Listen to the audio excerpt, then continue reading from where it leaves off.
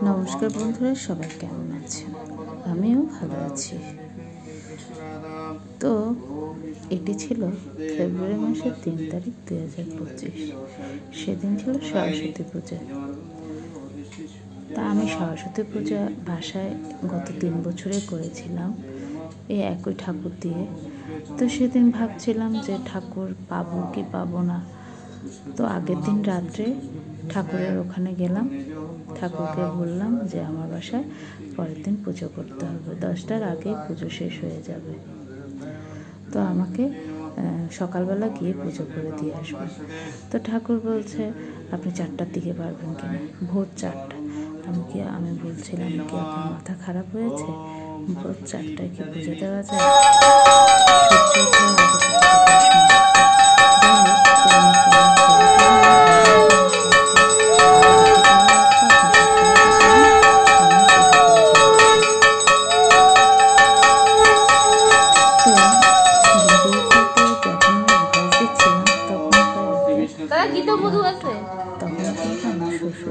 চিৎকার করছে, ভাত দিয়েছি। উনি আধা ঘন্টার মধ্যে উনি আবার ভাত খাওয়ার জন্য বসে আছে, প্রচুর চিৎকার করতেছে। ওইদিকে আমার মেয়ের পরীক্ষা, কিন্তু ওনার চিৎকারের জন্য আমার মেয়ে ভয় পাচ্ছে। তো আমাকে বললো যে মা তুমি ওর কাছে বসে থাকো, আমি ভয় পাচ্ছি। তো আমি ওর কাছে বসে আছি আর আস্তে আস্তে ভয়েসটা দিচ্ছি। উনি কিন্তু প্রচুর চিৎকার করছে। তো যাই হোক, উনি ব্রেন স্ট্রোক করছে আজকে 18 বছর, মানে আজকে পর্যন্ত 18 বছর, মানে আমার বিয়ের পরে উনি স্ট্রোক করেছে। তো আজ পর্যন্ত উনি এভাবেই আছে, বসে শুয়ে, এখন তো কিছুই করতে পারে না, বিছানায় পায়খানা, বিছানায় প্রস্রাব। যাই হোক, তো আমাদের ঠাকুর আমাকে একটা বড় লিস্ট ধরাই দিল যে আমি সকালবেলা আপনার এখানে যাব পুজো করতে, এগুলো লাগবে। এইসব লিস্টের মধ্যে ছিল মা সরস্বতীর জন্য শাড়ি, শাখা, সিঁদুর, তারপর নারায়ণ যাবে ওনার জন্য ধুতি, তারপর পৈতা ইত্যাদি। তো আমি কি করলাম, আমার হাজব্যান্ডকে নিয়ে আবার চলে গেলাম বাজারে। তো শাখা, সিঁদুর, ধুতি, শালগ্রাম এগুলো কিনে আনলাম। কিনে এনে রাত্রেবেলায় সব ধুয়ে মুছে পরিষ্কার করে ফেললাম। যেহেতু আমি একাই সব করতে হবে, শাশুড়ি তেমন কিছুই পারে না, তো আমাকে সব করতে হবে। আবার সকালবেলা ওনাদের সবার নাস্তা, হাজব্যান্ড যাবে অফিসে, মেয়ের যাবে কোচিংয়ে, ছেলের খিদা লাগবে, শ্বশুরের খিদা লাগবে, শাশুড়ির খিদা লাগবে, আবার ঠাকুর চলে আসবে ভোরবেলায়। তো আমি তাড়াতাড়ি করে রাত্রেবেলা অনেক কিছু ধুয়ে মুছে পরিষ্কার করে রাখলাম।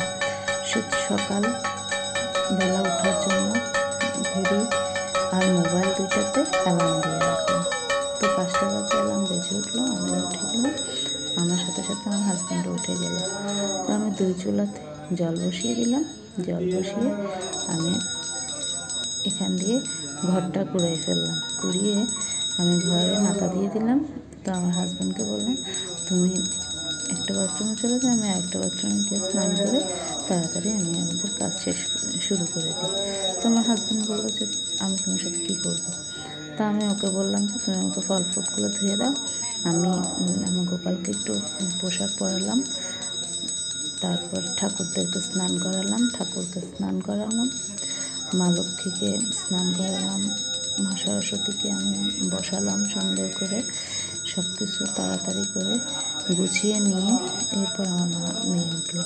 আমার মেয়ে উঠে স্নান করলো। স্নান করে মেয়ে বললো মা কী করবো। তো আমার মেয়েকে বেছে না দুব্বাগুলো বাঁচতে দিয়েছি, ও বেছে নিল। আর পঞ্চতত্ত্বের তুলাগুলো সুন্দর করে সাজাতে বললাম, ও সাজালো।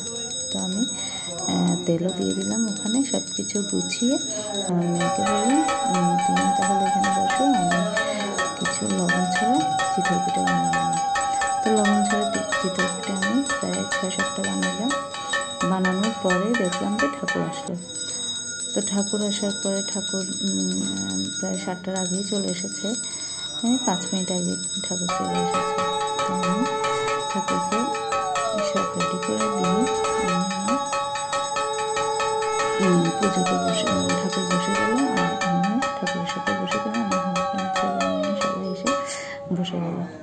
তো ঠাকুর সুন্দর করে পুজো করছে, আর আমার এই ঠাকুরের পুজোটা অনেক ভালো লাগে। উনি অনেকক্ষণ ধরে পূজা করে এবং খুব সুন্দর করে পূজা করে। তো যাই হোক, দেখতে দেখতে পুজো শেষ হয়ে গেল। আর এইখানে যে পুজোটা দেখতে পাচ্ছেন, এটা আমার ভাই, মানে আমার কাকাতো ভাই ছোট, সে নিজের হাত দিয়ে বানিয়ে সে পুজো করছে। তো আমার খুব ভালো লাগলো ওর হাতের বানানো মা সরস্বতী এবং ওর প্যান্ডেলটা দেখতে। ও ছোটোখাটো করে করছে। সবাই ওকে আশীর্বাদ করবেন। তো সবাই ভালো থাকবেন। এই হলো আমার সরস্বতী পূজা। ধন্যবাদ।